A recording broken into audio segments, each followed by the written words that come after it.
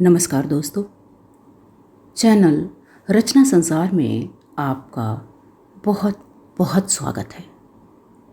आज मैं आपको सुनाने जा रही हूँ अपनी लिखी कहानी दर्द से सुकून तक। दीपावली उत्साह, उमंग और उल्लास का पर्व, बुराई पर अच्छाई की विजय का महोत्सव, अंधकार पर प्रकाश के विजय का त्योहार।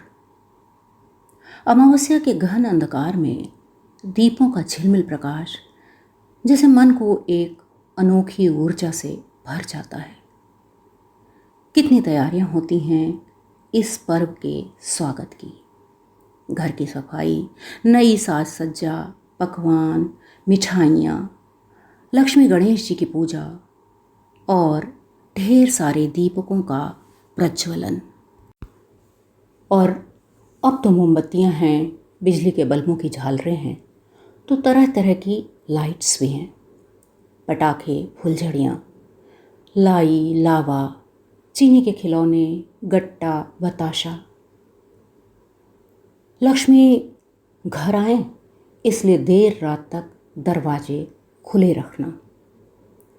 सब एक अलग ही रंग देते हैं इस पर्व को।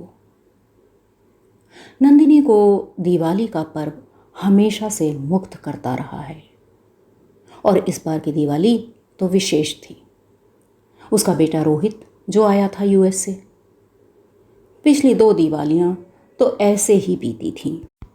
रोहित आ ही नहीं पाया था।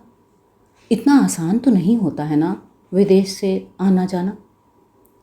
6 वर्ष पूर्व जब उसकी एकमात्र संतान रोहित यहाँ से इंजीनियरिंग करके एमबीए की पढ़ाई के लिए विदेश जा रहा था, तभी नंदिनी समझ गई थी कि अब वह वहीं का होकर रह जाएगा। वापस इंडिया आना मुश्किल होगा। और हुआ भी यही। नंदिनी बिल्कुल नहीं चाहती थी कि रोहित विदेश जाए। अकेला बच्चा और वह भी इतनी दूर चला जाए। नंदिनी के गले यह बात नहीं उतर रही थी। अरे अपने इंडिया में किस बात की कमी है? बेहतर जिंदगी होगी वहां पर, लेकिन जिंदगी तो बेहतर यहां भी बनाई जा सकती है। फिर अपनों का जो साथ यहां है वहां तो नहीं होगा ना। बहुत विरोध किया था नंदिनी ने रोहित के विदेश जाकर पढ़ने का। वह चाहती थी कि रोहित यहीं पढ़े लिखे, नौकरी करे और जब मौका मिले विदेश भी जाए, पर वहाँ सेटल होने के लिए नहीं। लेकिन उसकी एक ना चली। कारण उसके पति रजत भी बेटे के ही पक्षधर बन गए। उनका सबसे प्रबल तर्क यह था कि क्या हम अपने स्वार्थ के लिए बेटे के भविष्य, उसकी इच्छा को नज़रअंदाज कर दें? वे बोले थे, और फिर हम दोनों यानी मैं और तुम तो हैं ना यहाँ एक दूसरे के साथ के लिए। फिर अकेलापन कैसा? कभी रोहित यहाँ आएगा, कभी हम चलेंगे। इसी बहाने हम विदेश में रहने का लुत्फ उठाया करेंगे। और रोहित चला गया विदेश। वहीं एमबीए किया, फिर एक बढ़िया नौकरी मिल गई। रोहित वहीं का होकर रह गया। यूं आजकल फ़ोन कॉल्स, वीडियो कॉल्स के चलते दूरियां उतनी नहीं महसूस होती हैं, पर साथ होने, सामने होने का एहसास तो अलग ही होता है ना। विशेष मौक़ों पर, त्योहारों पर, परिवार में होने वाले शादी ब्याह व अन्य आयोजनों पर नंदिनी को रोहित की दूरियां बहुत खलती, पर वह कर ही क्या सकती थी। सो इस दीपावली जब रोहित लंबी छुट्टी में घर आया तो नंदिनी की खुशी का पारावार न रहा। खूब तैयारियां की, खूब शॉपिंग की, खूब घूमे फिरे। बड़े दिनों बाद नंदिनी ने खुद को इतना प्रसन्न, इतना उल्लसित पाया। बड़ी प्यारी यादगार रही यह दिवाली। और आज था परिवा यानी दिवाली का अगला दिन। जैसे लोगों को सारे जहां की फुर्सत आज ही मिलती है। ऐसा लगता है जैसे कोई काम ही नहीं है। सच पूछा जाए तो ऐसा होता नहीं है, पर इस दिन का आलस्य भरा ठहराव कुछ अलग ही अनुभूति लिए होता है। आज तो नंदिनी भी देर से उठी। रात सब देर में सोए भी तो थे। सुबह आंख खुली तो 8 बज रहे थे, पर नंदिनी हड़बड़ाई नहीं कि इतनी देर हो गई उठने में।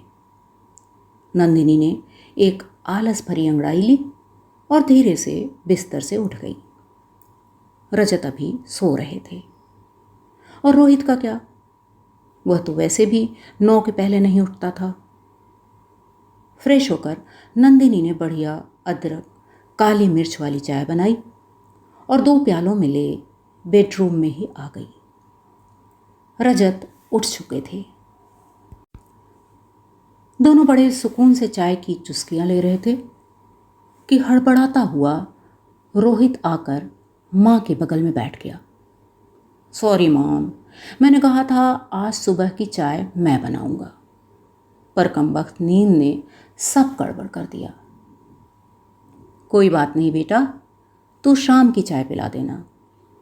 वैसे भी आज काम वालियाँ सब छुट्टी पर हैं। और हाँ, जा अपनी चाय गरम करके लेकर आ जा। तेरी चाय भी मैंने बना ली थी। हो सो स्वीट ऑफ यू माँ। और रोहित भी अपनी चाय लिए वहीं आ गया। बातें शुरू हो गईं, घर की, बाहर की, आस पड़ोस की, नाते रिश्तेदारों की, उनकी अपनी जिंदगी की। नंदिनी को अच्छा मौका मिला और उसने रोहित की शादी की बात छेड़ दी। अरे माँ, इतनी जल्दी? रोहित बोला। जल्दी? अरे 29 साल का हो गया है तू। 24 वर्ष के थे तेरे पापा जब उनकी शादी हो गई थी। अरे माँ, वह समय और था। अच्छा छोड़ यह सब, रजत बोले। क्या इरादा है तेरा इस विषय में? कर लूँगा, पर अभी नहीं। देख रोहित, टाल मत। मैंने कई लड़कियां देख रखी हैं। इस बार तुझे फाइनल करके ही जाना है, नंदिनी बोली। अरे भाई, उसके मन की भी तो जानो। क्या पता कोई पसंद कर रखी हो। क्यों बेटा रोहित? रजत मुस्कुराते हुए बोले। नहीं पापा, ऐसा कुछ नहीं है। तो तेरी माँ आगे बढ़ाएं बात यहाँ? अभी नहीं पापा, अभी नहीं। इतनी भी क्या जल्दी है? बेटा, मेरी बात का जवाब यह नहीं है। कोई देख रखी हो तो बता दो। इट्स सिंपल, ताकि तुम्हारी माँ की लड़कियों की लिस्ट फालतू में लंबी ना होती जाए। आर यू सीरियस पापा? Yes, I am. तो आप दोनों को बता रहा हूँ पापा। है तो कोई, to whom I want to marry. Rohit शरारती लहजे में बोला। एक विदेशी लड़की से शादी करेगा तू? यही बाकी रह गया था सुनने को। इसीलिए मैं नहीं भेजना चाहती थी तुझे विदेश। नंदिनी का स्वर रुआंसा हो आया था। Relax mom, relax. क्या विदेशी लड़कियां अच्छी नहीं होती? Yana is a very sweet girl माँ। तुम उसे देखोगी, उसे मिलोगी तो ना नहीं कर पाओगी। और रोहित ने माँ के गले में प्यार से बाहें डाल दी। नंदिनी कुछ नहीं बोली, चुप रह गई।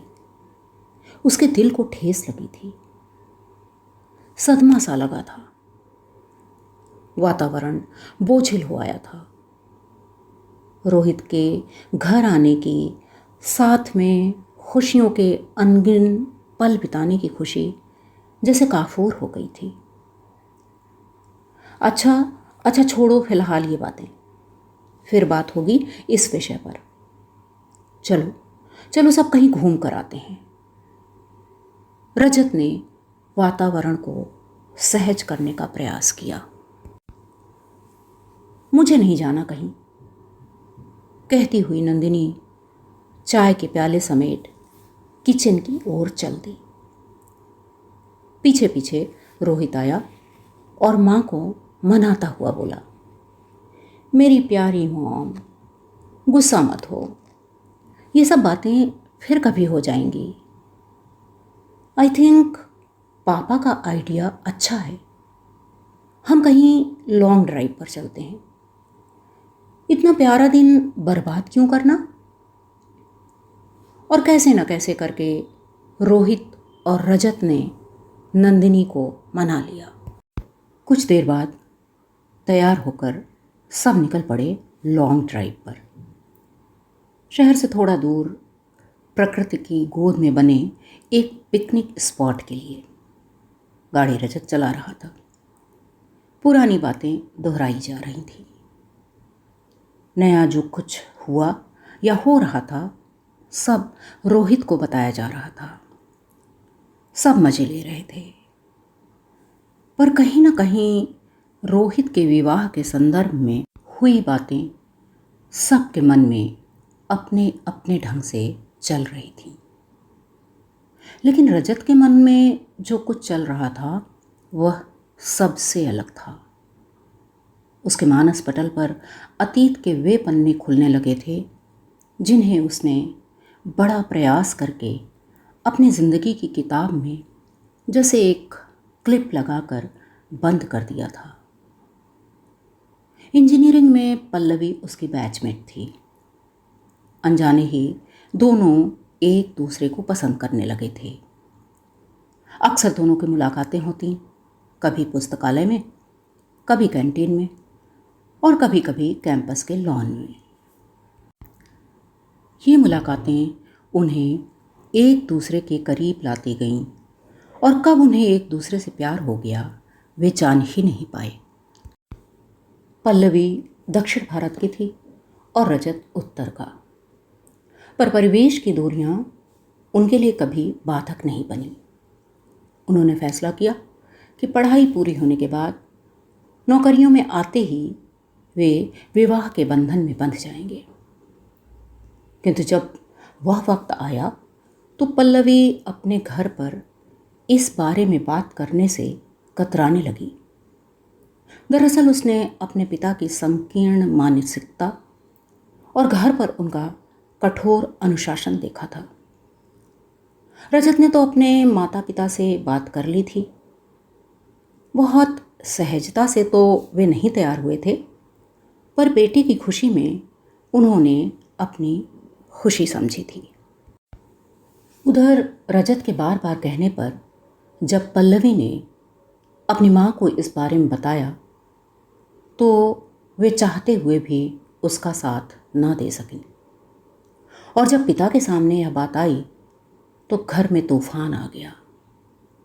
उन्होंने साफ मना कर दिया और बहुत ही कड़े शब्दों में पल्लवी को रजत से दूर हो जाने की ताकीद की, वरना की स्थिति में कठिन से कठिन अंजाम के लिए तैयार रहने को कहा।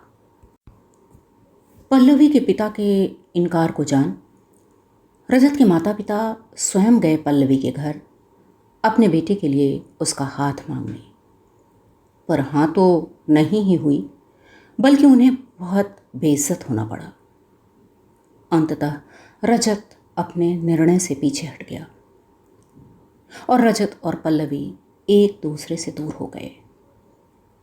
वह बहुत कठिन समय था रजत के लिए, निश्चय ही पल्लवी के लिए भी।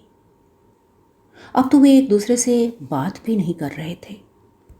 अलग होने के लिए दूरियां बनाना ही बेहतर था। अक्सर रजत सोचता कि जब पल्लवी को अपने पिता के बारे में पता था और उनके खिलाफ जाने की उसमें हिम्मत नहीं थी तो वह प्रेम में आगे बढ़ी ही क्यों। पर जवाब उसे स्वयं ही मिल गया था। प्रेम कोई सोच समझ कर तो नहीं किया जाता है ना, यह तो बस हो जाता है। पल्लवी अपने मन से मजबूर हो गई थी, पर अब पिता के विरुद्ध जा पाना उसके वश में नहीं था। रजत ऐसा चाहता भी नहीं था, सो वे टूटा दिल लिए अलग हो गए थे। इस अलगाव के बाद जो खालीपन, उदासी, अकेलापन रजत ने महसूस किया, वह जानता था कि पल्लवी ने भी इस पीड़ा को झेला होगा। पर जिंदगी रुकती तो नहीं है ना। वक्त की धूल ने इस एहसास को धूमिल कर दिया। उन बीते लम्हों को, उन यादों को, उन बातों को रजत ने जैसे एक पोटली में बांध दिल के किसी कोने में दफन कर दिया था। मम्मी पापा ने जहाँ कहा वहाँ शादी कर ली और नंदिनी आ गई उसकी ज़िंदगी में, जिसने उसके उदास जीवन को खुशियों के खूबसूरत रंगों से सजा दिया। रजत ने नंदिनी से कुछ भी नहीं छिपाया था। नंदिनी ने भी रजत को उसके अतीत के उन पन्नों के साथ पूरे दिल से स्वीकार किया था। हाँ, इन पन्नों को फिर ना खोलने का वादा ज़रूर लिया था उसने रजत से, जिसे रजत ने हमेशा निभाया। आज रजत के मन में अंतर्द्वंद था। क्या करे? नंदिनी की भावनाओं को देखे या रोहित के प्यार का साथ दे?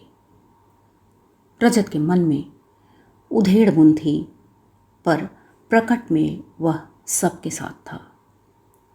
बातों बातों में वे कब अपने गंतव्य पर आ गए थे कि पता ही नहीं चला। यहाँ वे पहले भी कई बार आ चुके थे। वहीं एक रोड साइड ढाबा था जहाँ का हर व्यंजन उन्हें बेहद पसंद था। सो पहले तो ढाबे में उन्होंने वहाँ की स्पेशल चाय पी और साथ में पकौड़ों का आनंद लिया। फिर पार्क में घूमे, वहाँ की लेक में बोटिंग की और पेड़ों के नीचे बैठ गप्पें की। शाम हो रही थी, सो ढाबे में ही खाना खा वे लौट चले घर की ओर। घर पहुँचते पहुँचते रात हो आई थी। घर पहुँच बिना आलस्य किए रोहित ने बढ़िया चाय बनाई और सब आ बैठे रोहित के कमरे में। दिन भर के इंतज़ार के बाद नंदिनी ने फिर रोहित के विवाह की बात शुरू करना चाही, तो रजत ने इशारे से उसे मना कर दिया। मन मार कर नंदिनी चुप रह गई। कुछ देर सब साथ बैठे। सभी थके हुए थे, खाना खाने की इच्छा नहीं थी किसी की। सो थोड़ी देर बाद नंदिनी और रजत अपने बेडरूम में आ गए। कमरे में आते ही नंदिनी ने अपनी नाराज़गी प्रकट की। आप मुझे रोहित से उसकी शादी की बात करने से बार बार रोक क्यों दे रहे हैं? 2 दिन बाद वह चला जाएगा, तो आखिर कब हम बात करेंगे? कब हम जान पाएंगे उसके मन की और बता पाएंगे अपने दिल की? अरे अरे, इतना टेंशन क्यों लेना? It's simple. तुम ये बताओ कि तुम्हें अपनी बहू चाहिए या फिर अपने बेटे की जीवन संगिनी? ये कैसा सवाल है रजत? ये दोनों क्या अलग लड़कियां होंगी? होंगी नहीं, हैं। वो ऐसे कि तुमने अपनी होने वाली बहू की तस्वीर एक फ्रेम में लगाई हुई है और रोहित ने अपनी होने वाली जीवन संगिनी की तस्वीर एक दूसरे फ्रेम में लगा रखी है। अब एक ही लड़की दोनों के फ्रेम में पूरी तरह फिट हो जाए, ऐसा मुश्किल है। तो बस तुम रोहित के फ्रेम वाली लड़की को अपनी बहू बनाओ, समस्या खत्म। रजत शरारत से मुस्कुरा रहा था। यह क्या मजाक है रजत? नहीं नंदिनी, यह मजाक नहीं, इसी में समझदारी है। और फिर नंदिनी, तुम्हें मेरा अतीत पता है ना? भावुक हो आया था रजत। मैं नहीं चाहता कि वह इतिहास फिर दोहराया जाए। नहीं चाहता कि जिस दर्द से मैं गुजरा, रोहित को वह अंतर्द्वंद, वह पीड़ा झेलनी पड़े। अब फैसला तुम्हारे हाथ में है नंदिनी। फंसा लेते हो अपनी बातों में। ठीक है, रोहित की पसंद ही मेरी पसंद है। वैसे भी मेरी अब कौन सुनने वाला है। नहीं नंदिनी, ऐसे नहीं। तुम अपने दिल की सुनो, फिर निर्णय लो। नंदिनी कुछ बोली नहीं, वह चुप ही रही। प्रकट में तो वह नाराज थी, पर मन के अंदर उथल पुथल थी। रजत की बातें सुन वह कुछ अलग तरह से सोच रही थी। सच तो था, बेटे की खुशी में ही उसकी खुशी थी। उसे लग रहा था कि उसे बेटे रोहित का साथ देना चाहिए। इसी उधेड़-बुन में थी नंदिनी कि रजत ने पूछा, क्या सोचने लगी नंदिनी? यही कि तुम ठीक कह रहे हो रजत। रोहित की पसंद ही मेरी पसंद है। नंदिनी का मन शांत था, चेहरे पर मुस्कान थी। आगे वह बोली, रहना तो उन्हें ही साथ है ना, और फिर मुझे अपने बेटे पर पूरा भरोसा है। किसी को पसंद किया है जीवन साथी के रूप में तो सोच समझ कर ही किया होगा। ये हुई ना बात। रजत ने प्यार से नंदिनी को अपने में समेटते हुए कहा। रात गहरा रही थी। नंदिनी की आंखों में नींद उतर रही थी। नींद भरी उन आंखों में उसकी अपनी अनदेखी बहू के कई चेहरे बन बिगड़ रहे थे। उसके दिल में एक अजब सी तसल्ली थी, क्योंकि वह जानती थी कि आज का उसका यह फैसला रजत के दिल को वह सुकून देगा जो बरसों पहले कहीं पीछे छूट गया था। तो यह थी मेरी कहानी, दर्द से सुकून तक। आशा है पसंद आई होगी। फिर मिलेंगे इसी चैनल पर एक नई कहानी के साथ। तब तक के लिए नमस्कार। आपका दिन शुभ हो। धन्यवाद।